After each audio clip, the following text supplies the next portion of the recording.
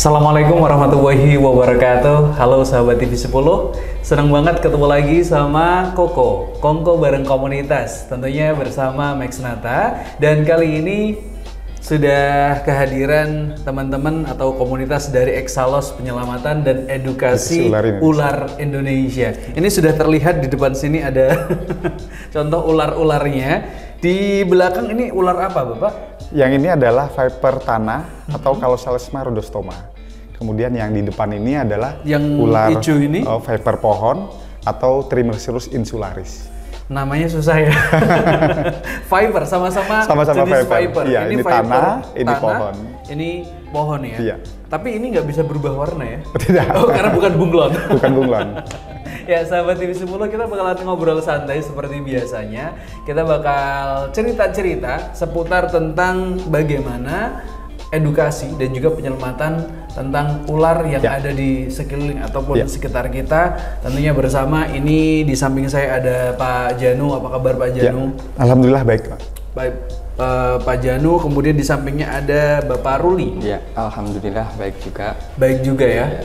Hari ini sebenarnya Bapak Ruli dan juga Bapak Janu ini nggak cuma bawa dua ular ya sahabat TV10, bawa banyak, tapi kalau dibawa ke sini semuanya nggak cukup. Ada di studio, kita simpen dulu. Dan yang menarik, ngobrol kita kali ini nanti akan ada praktek ya? Ada praktek nanti ya. Jadi praktek karena ini adalah edukasi dan juga bagaimana penyelamatan yang baik dan benar ya tentunya. Betul. Ya. Nanti akan ada praktek ketika ular itu masuk ke rumah itu harus ngapain gitu. Ya. Harus disebar garam. Itu yang saya tahu ya. Atau harus diapain gitu. Nanti di segmen kedua seperti itu. Tapi kita ngobrol dulu seputar tentang komunitas Exalos Penyelamatan dan Edukasi Ular Indonesia. Ini sebenarnya komunitas apa gitu? Pecinta ular atau bagaimana? Jadi Exalos Indonesia dulunya awal memang dibangun atau dibentuk adalah untuk mewadahi para pencinta hewan ya. Jadi secara umum hewan eksotik awalnya.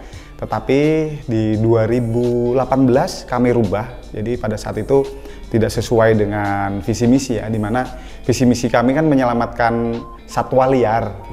Tetapi kalau secara umum satwa liar yang masuk ke dalam rumah atau lingkungan kan itu aja ular ya paling banyak. Maka nama kami kita rubah. Yang tadinya Exalos itu adalah Exotic Animal Lovers Solo awal mulanya. Kemudian kita rubah menjadi Exalos Indonesia. Nah itu kita visi misi jadi sudah bukan memelihara, tapi lebih ke kita menyelamatkan manusia dari bahaya ular dan juga menyelamatkan ular dari ketidaktahuan manusia. Berarti ini memang khusus untuk ular saja ya? Tidak semua reptil gitu ya? Sebagian besar adalah ular, kemudian ada beberapa reptil seperti biawak, kemudian pernah juga buaya, itu juga kami ini, cuman memang sedikit. Tidak sebanyak ular ya? Tidak sebanyak, konfliknya sangat sedikit. Konfliknya sangat sedikit, berarti hari ini berubah menjadi komunitas penyelamatan dan edukasi ular Indonesia itu tadi yang awalnya Exalos Solo. Jadi dulu lebih ke semua Solo. Ya. Iya, jadi lebih ke hewan-hewan eksotik dulu. Hewan-hewan eksotik, dan ini adalah salah satu dari sekian hewan eksotik yang ada. Awal mulanya ini kan bukan komunitas untuk edukasi ya. Kenapa menjadi edukasi komunitasnya? Ya, jadi karena visi misi kita mungkin lebih ke penyelamatan, kemudian memberikan pemahaman ke masyarakat bahwa ternyata hewan-hewan ini juga punya hak untuk hidup. Kemudian ada solusinya juga bila mana mereka masuk ke dalam lingkungan itu tidak harus dibunuh. Ya, jadi si hewan-hewan ini dia punya peranan juga di alam, peran penting yaitu menjaga kelestarian ekosistem, keseimbangan ekosistem. Wah, ini luar biasa ya. Tidak banyak masyarakat yang tahu seputar tentang kalau ternyata hewan-hewan liar itu punya kontribusi terhadap ekosistem yang ada di dunia yang kita miliki saat ini. Kebanyakan masyarakat ketika melihat ular, terutama hari ini sering ditemukan, kalau di tempat saya itu ketika hujan turun. Nah, itu biasanya warga nggak setiap hujan, tetapi sering kaitannya dengan menemukan ular. Tapi akhirnya saya nggak tahu kemana ularnya. Tapi ada cerita juga seputar tentang penemuan ular besar di tempat saya yang akhirnya ularnya itu dibunuh begitu. Iya. Bahkan katanya dimasak, tapi saya nggak tahu pasti. Itu menjadi cerita di kalangan bapak-bapak lingkungan RT ya. Tapi itu terjadi. Kalau menurut Mas atau Pak Ruli sendiri menanggapi warga yang hari ini masih belum tahu tentang bahwa ular ini punya hak hidup juga loh, itu seperti apa Pak? Oh ya gini ya, itu kan salah satu adalah yang disampaikan Bang Janu tadi, salah satu tujuan kita Exalos Indonesia itu hadir di tengah-tengah masyarakat, yaitu yang intinya itu menghindari konflik manusia dengan ular itu sendiri kan. Betul. Biasanya kan bahwasannya kan ular itu kan hidupnya itu berdampingan dengan kita sebagai manusia kan. Iya, sama-sama makhluk hidup lah ya. Sama makhluk hidup. Makanya kan kurangnya pengetahuan dan penglihatan warga itu sendiri kan biasanya kan yang ada dalam pikirannya itu ular itu pasti mematikan, berbisa dan lain sebagainya. Nah, itulah makanya tujuan kita dari Exalos Indonesia itu hadir di tengah-tengah masyarakat untuk memberikan sedikit pemahaman bahwa sebenarnya ular itu tidak semuanya berbisa gitu kan. Iya. Ada yang berbisa sedang, ada yang berbisa rendah, dan ada yang tidak berbisa pula gitu kan.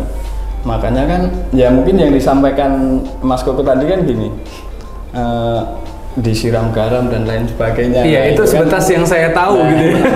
Terus ada waktu hujan turun, nah mungkin langsung itu ada ular digeprek, dibunuh dan lain sebagainya. Nah, padahal di sini kan Exalos Indonesia juga hadir, nanti mungkin di segmen berikutnya kita akan memberikan edukasi, dan itu pun edukasi yang sangat sederhana yang bisa kita lakukan di rumah dengan alat seadanya begitu. Ya intinya itu tadi, mungkin kurangnya pemahaman masyarakat tentang yang namanya ular itu dengan mindset bahwa ular itu semuanya berbisa dan mematikan. Dan harus dibunuh untuk membunuh manusia gitu ya. Seperti itu. Ini luar biasa ya sahabat TV 10. Kalau kegiatannya sendiri dalam rangka mengedukasi, selain juga hari ini kita dalam rangka mengedukasi masyarakat, tentunya yang melihat yang ada di rumah, ini tentunya harapannya tidak tahu hanya untuk diri sendiri, tapi bisa bercerita kepada tetangga ataupun kepada teman-teman atau sahabat atau keluarga gitu ya. Ketika barangkali nanti ada ular yang mampir ke rumah. Tapi kegiatan yang lain yang dilakukan oleh Exalos kaitannya dengan edukasi ke masyarakat apa saja itu? Jadi yang paling banyak itu adalah kita memang aksi penyelamatan ya, karena awalnya kita sudah menyebar info tentang Exalos, ada mungkin nomor WA, kemudian kita juga punya sosial media. Nah kemudian orang tahu bahwa kalau ada ular ini ternyata ada solusi. Di antaranya adalah manggil Exalos, sama gitu. Nah pada saat kita menangani ular, tentu saja tidak sebatas menangani ya. Jadi kita akan memberikan menitip pesan lah istilahnya, bahwasanya ular ini nggak sebahaya yang kita pikirkan dan dia punya peranan yang penting di masyarakat. Kemudian sampai sekarang alhamdulillah Exalos ini sangat aktif ya, selain penanganan ya yang hampir tiap hari bisa dikata satu hari bisa sampai 10 laporan masuk. Kemudian kita mengedukasi di sekolah-sekolah, ada juga mungkin di warga langsung, kumpulan-kumpulan RT, kumpulan-kumpulan RW seperti itu. Kemudian juga pecinta alam, bahkan sampai dengan pemadam kebakaran, alhamdulillah sudah banyak yang kami latih. Wah luar biasa. Ini kalau pemadam kebakaran akhir-akhir ini jadi sedikit viral karena aksinya tidak hanya menyelamatkan ular, tapi menyelamatkan yang patah hati. Betul. Kalau misalkan teman-teman yang ada di rumah ini juga bagian dari pecinta hewan ataupun pecinta dari ular itu sendiri, apakah bisa gabung di Exalos atau seperti apa kalau misalnya teman-teman pengen gabung? Untuk Exalos selalu membuka rekrutmen ya, jadi membuka pintu sebesar-besarnya untuk menambah relawan. Siapa aja ya? Ya, jadi orang-orang yang dia mau dan mampu menolong masyarakat tentunya gitu di bidang penanganan ular. Jadi mungkin dia adalah pecinta satwa, mungkin dia adalah pencinta alam, orang awam bahkan kalau dia mau bergabung juga bisa masuk.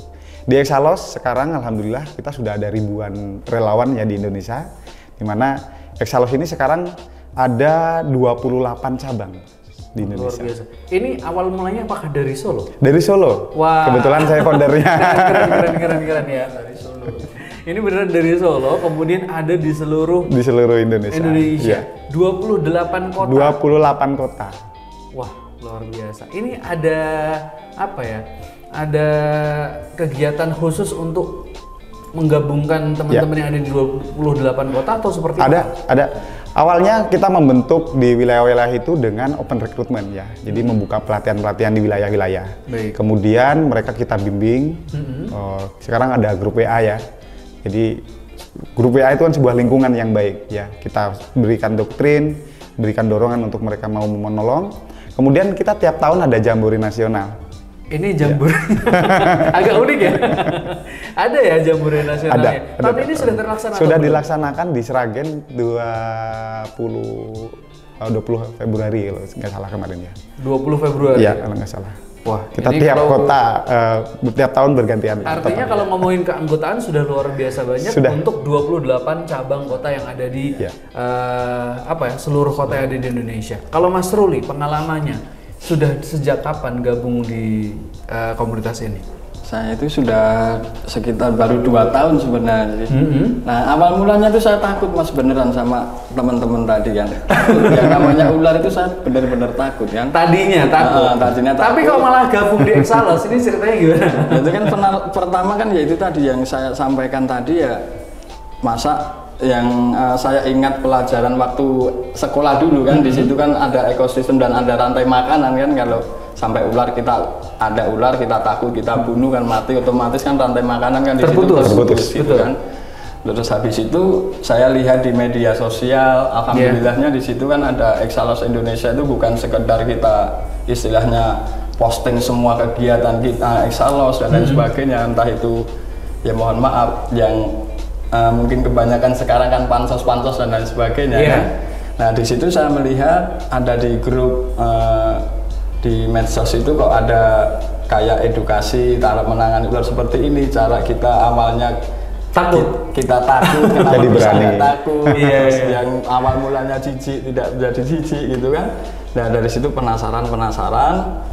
Saya sendiri kan juga tergabung di komunitas relawan sebenarnya kan. Habis itu dapat info ataupun di medsos itu dari Exalos Regional Solo itu mau mengadakan diklat itu kan. Awal mula saya itu diklatnya di Polokarto Mas.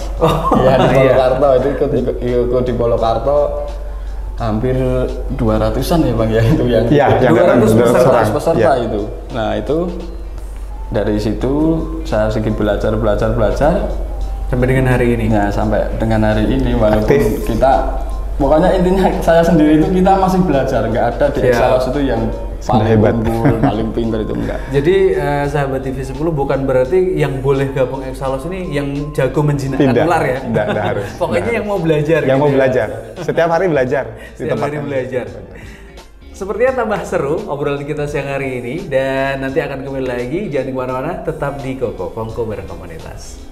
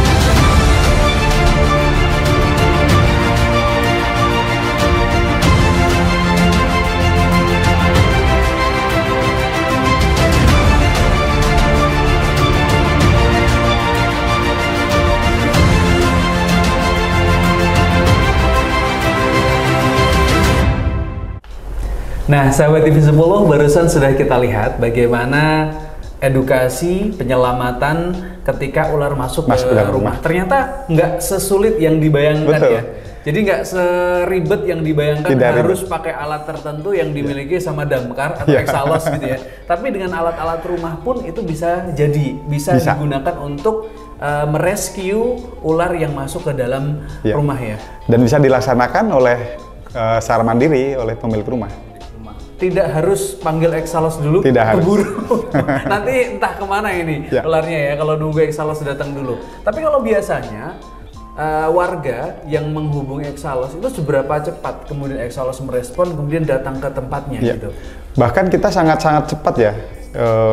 Kita punya banyak relawan yang tersebar. Jadi kalau saya karena adalah kontak person untuk nasional, nanti saya akan petakan di mana orang yang melapor ini akan saya tanya daerah kabupatennya mana. Itu. Kemudian kalau kita katakan di Solo, kita akan melihat di mana dia punya desa atau kecamatan. Nah, kemudian segera saya akan share di grup dan juga selain itu karena saya tahu rescuer kami itu di mana kan, kita juga akan japri perorangan. Nah, ini dengan cepat mungkin dalam 5 menit sampai 10 menit kita sudah bisa sampai ke TKP ya. Luar biasa. Kalau ngomongin soal pengalaman, boleh Pak Janu atau Pak Ruli ya, selama ini bagian rescue yang paling sulit itu ular segede apa atau seberbisa apa, ceritain pengalamannya masing-masing mungkin ya. Baik ya. Ini kan pastinya beda-beda. Ya, oke. Saya pernah di 2019 itu 2019 akhir itu menangani ular kobra di dalam musola sebanyak 31 ekor. Beneran itu? Beneran. Di mana itu? Di musola, kebetulan di Solo, di daerah Mojolaban ya, di wilayah Mojolaban.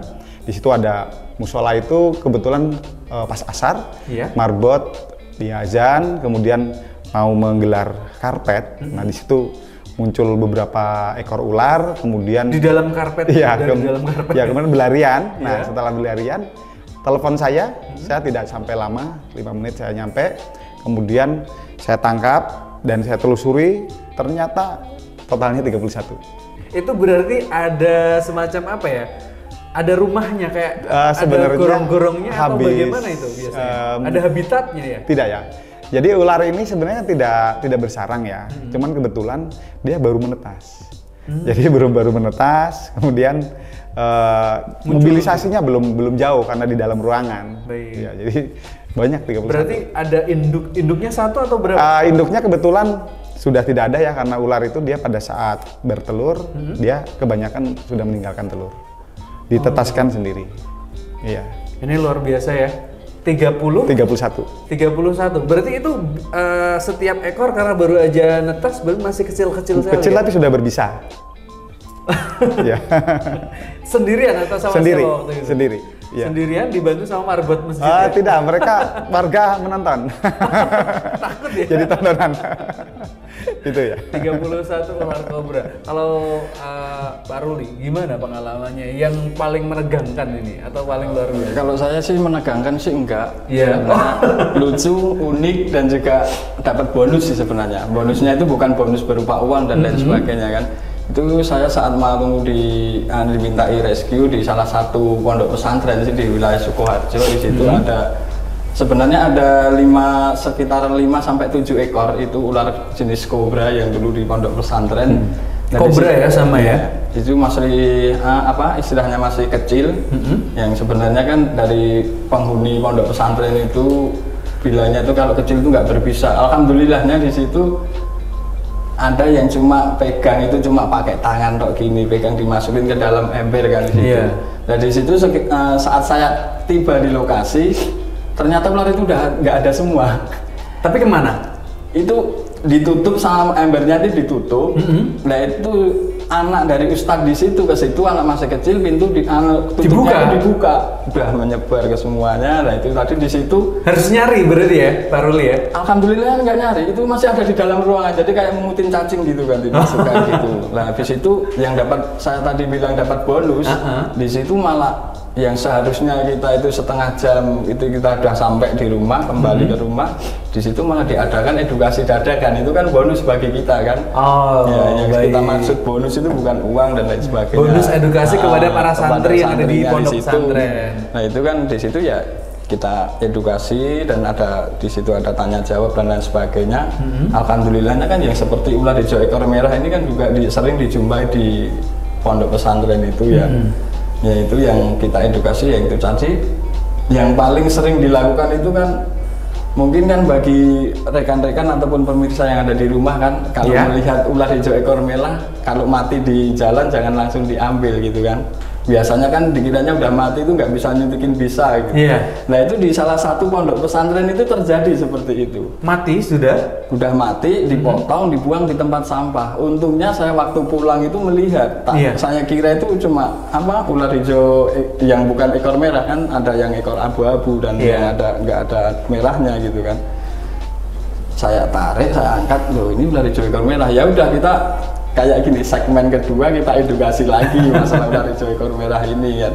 Itu ada banyak Mas yang dibuang itu sekitar ada 4 sampai 5 ekor itu dibuang di tempat sampah itu. Padahal ini bahaya banget ketika itu meski sudah mati ya. Sudah mati kalau diinjak kan itu masih ditariknya itu masih ada bisanya di situ. Masih bisa menyuntikkan venomnya itu.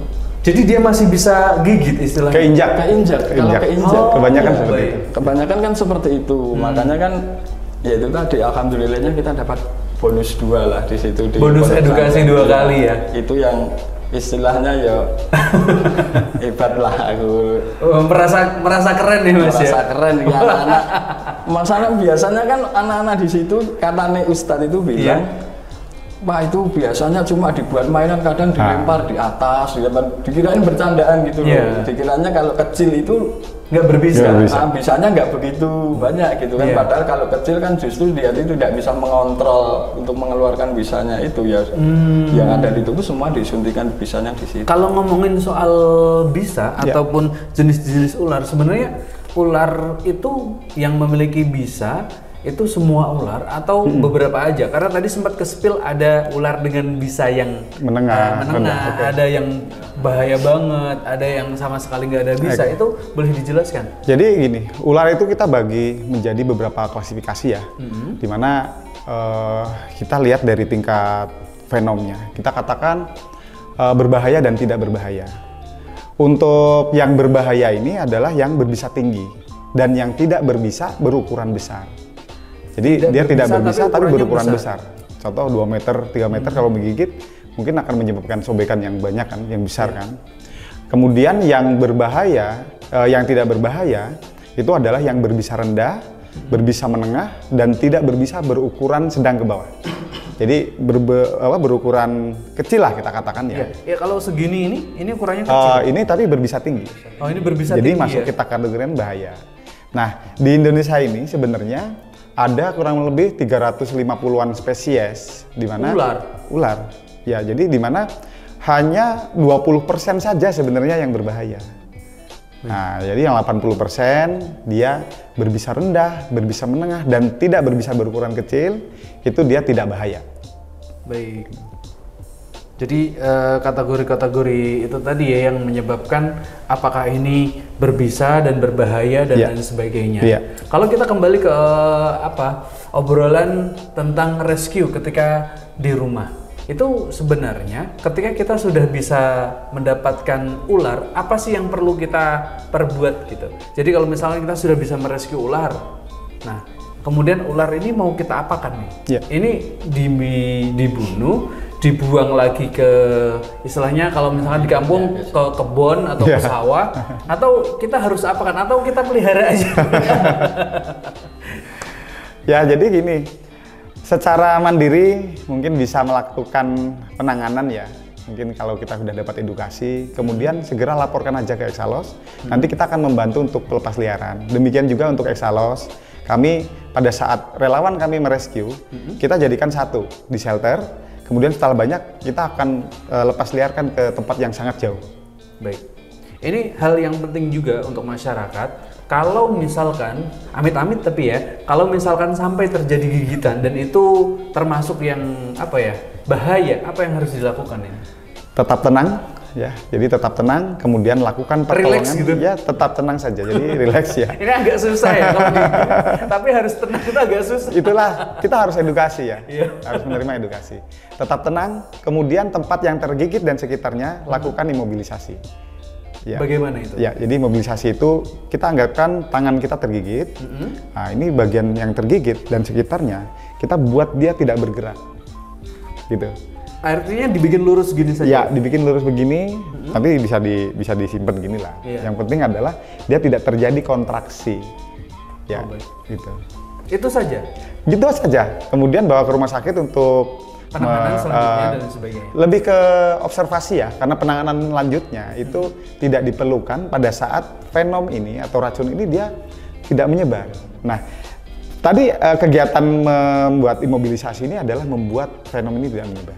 Artinya supaya dia kalau misalkan yang tergigit jari, ya, dia akan tetap di jari saja, ya, nggak ke mana-mana. Betul. Karena bayangan saya ketika orang kegigit ular dan itu berbisa bahaya, itu seluruh tubuhnya akan sakit. Apakah seperti itu? Tidak seperti itu. Jadi pada saat tergigit pertama kali dia ada di tempat yang tergigit. Ya, dia akan menyebar itu bukan lewat darah. Kalau orang mungkin dulu lewat darah, kontraksi jantung ya. Dia sebenarnya di kelenjar getah bening, di mana kelenjar getah bening ini dia tidak akan menyebar bila mana tidak terjadi kontraksi. Tidak ada gerakan. Ya, jadi sehingga tadi upaya kita mengimobilisasi, memfiksasi atau membuat dia diam, ya tidak bergerak ini akan membuat kelenjar getah bening tidak menyebar. Nah, pada saat itu venom ini belum merusak. Baik, jadi ini hal yang penting juga ya sahabat TV10, selain tadi sudah dicontohkan dan dipraktekkan gimana sih rescue, entah itu masuk ke rumah atau masuk ke ruangan atau ke sekolah barangkali atau ke kampus atau di kantor, sedang ada di kantor, di musola gitu ya. Nah, kalau misalkan tidak tahu dan terjadi sengatan, maka tenang dulu ya sahabat TV10, meskipun itu pasti susah ya digigit, tapi harus tenang itu saya nggak kebayang. Tapi memang harus tenang dan tidak melakukan gerakan supaya dia stabil dan venomnya tetap ada di situ tempat yang tergigit, dan segera bawa ke rumah sakit untuk observasi. Gitu.